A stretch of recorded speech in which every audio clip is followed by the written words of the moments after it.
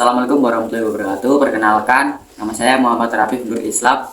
Di sini saya dari SMPN 1 Dites kelas 8D. Di sini saya akan mewawancarai pedagang bubur sumsum. Sebelumnya, perkenalkan ini Mas Inten. Oke, nama saya Tantowi, ya, aku pemilik usaha bubur sumsum yang beroperasi di Surabaya. Pertanyaan pertama, apa saja bahan-bahan yang dibutuhkan untuk pembuatan bubur sumsum? Sebenarnya bubur sumsum ini bahan-bahannya sangat sederhana banget, beda dengan produk-produk yang lainnya. Untuk bubur sumsum itu dibagi menjadi dua, yaitu kita membuat gulanya itu atau kita namakan dengan juro. Yang kedua yaitu membuat buburnya. Nah, kalau juro ini bahan-bahannya terbuat dari gula merah atau gula Jawa atau gula aren. Nah, sedangkan untuk membuat buburnya sendiri itu terbuat dari tepung beras, terus santan dan air. Lalu untuk rasanya, yaitu untuk membuat rasa gurih itu diperlukan garam. Mungkin itu bahan-bahan untuk membuat bubur sumsum. Pertanyaan kedua, jam berapa mulai berdagang?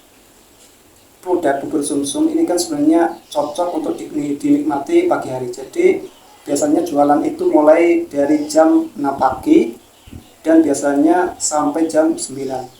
Jadi jualan bubur sumsum ini cocoknya untuk pagi hari. Mungkin itu untuk waktu jualan bubur sumsum. Pertanyaan ketiga, bagaimana teknik memasak yang digunakan untuk menjaga tekstur bubur sumsum? Untuk proses pemasakannya itu kan tadi sudah kita jelaskan di awal, yaitu untuk item bubur sumsum itu kan dibagi menjadi dua, yaitu juro sama buburnya itu sendiri. Untuk juro itu prosesnya kan tadi bahannya dari gula merah, ya kan? Gula merah itu dimasak dengan air sampai agak mengental. Nah, itu proses pembuatan juronya. Untuk proses pembuatan buburnya sendiri itu yang pertama kita membuat adonan yang terdiri dari tepung beras, lalu kita campur dengan santan. Nah, kita aduk. Nah, kemudian kita memanasi air di panci, kita manasi, kita letakkan di atas kompor gitu kan. Nah, nanti kalau panasnya sudah mencapai ya berapa derajat, yang penting nggak sampai panas banget, ya agak panas sedikit gitu, itu baru dimasukkan adonan tadi. Setelah adonan itu dimasukkan ke air yang agak mendidih tadi, terus diaduk terus. Nah, fungsinya diaduk ini agar bubur tersebut tidak gosong gitu kan, sampai bubur itu mengental dan matang. Nah, ciri-ciri matangnya itu warna putihnya itu agak mengkilap. Nah, itu tandanya sudah matang dan sudah tamat. Mungkin proses pembuatan bubur sumsum ya seperti itu. Pertanyaan keempat, Ya. apa strategi yang Anda gunakan untuk meningkatkan efektivitas penjualan? Oke, kan produk bubur sumsum ini kan segmen atau target pasarnya yaitu ibu-ibu atau bapak-bapak. Kalau ibu-ibu ini kan biasanya kalau pagi itu berbelanja ke pasar. Jadi untuk meningkatkan efektivitas penjualan tersebut, kita menjual di pinggir jalan. Nah, pinggir jalan dengan membuka lapak. Jadi kita tidak menjual di kios. Karena orang-orang itu lebih suka proses pembelian itu agak cepat. Nah, karena pembeli itu biasanya terburu-buru untuk berangkat ke pasar atau ke pabrik atau ke tempat kerja. Mungkin itu teknik agar penjualan itu lebih efektif dan lebih maksimal. Lalu agar produk ini tertarik, maka kemasan itu kita desain yang lebih praktis, lebih higienis dan lebih simpel gitu.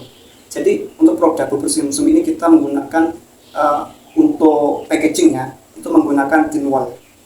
Nah, kalau tin wall ini kan bahannya dari plastik tapi tahan terhadap panas, baik panas microwave atau panas bubur sumsum itu tadi. Nah, kita menggunakan tin wall. Tin wall itu kan praktis, sederhana dan ya nggak mudah tumpang, pinwall, tahu kan pinwall? Nah, itu. Lalu untuk agar mudah dikenali produk itu atau waktu penjualan itu kita menggunakan banner. Nah, untuk banner ini kita desain yang semenarik mungkin. Dari segi warnanya kita pilih sesuai dengan psikologi pembeli. Terus untuk desain tulisannya kita menggunakan ya semenarik mungkin. Nah, mungkin itu cara-cara agar penjualan baik itu bubur sumsum atau penjualan produk-produk lain agar lebih efektif atau lebih maksimal, bisa dikenal oleh pasar. Ya mungkin itu. Pertanyaan terakhir, Ya. terinspirasi ide dari mana penjualan bubur sumsum? Gini, sebenarnya kan kita itu di sore hari itu ada aktivitas gitu. Jadi kita berpikir bagaimana kita memiliki usaha di mana usaha itu tidak berbenturan dengan aktivitas kita yang berada di waktu sore hari tersebut. Jadi otomatis usaha itu harus pagi hari. Nah, sehingga kita melakukan kayak melihat pasar. Kira-kira di pagi hari itu apa yang dibutuhkan oleh pasar.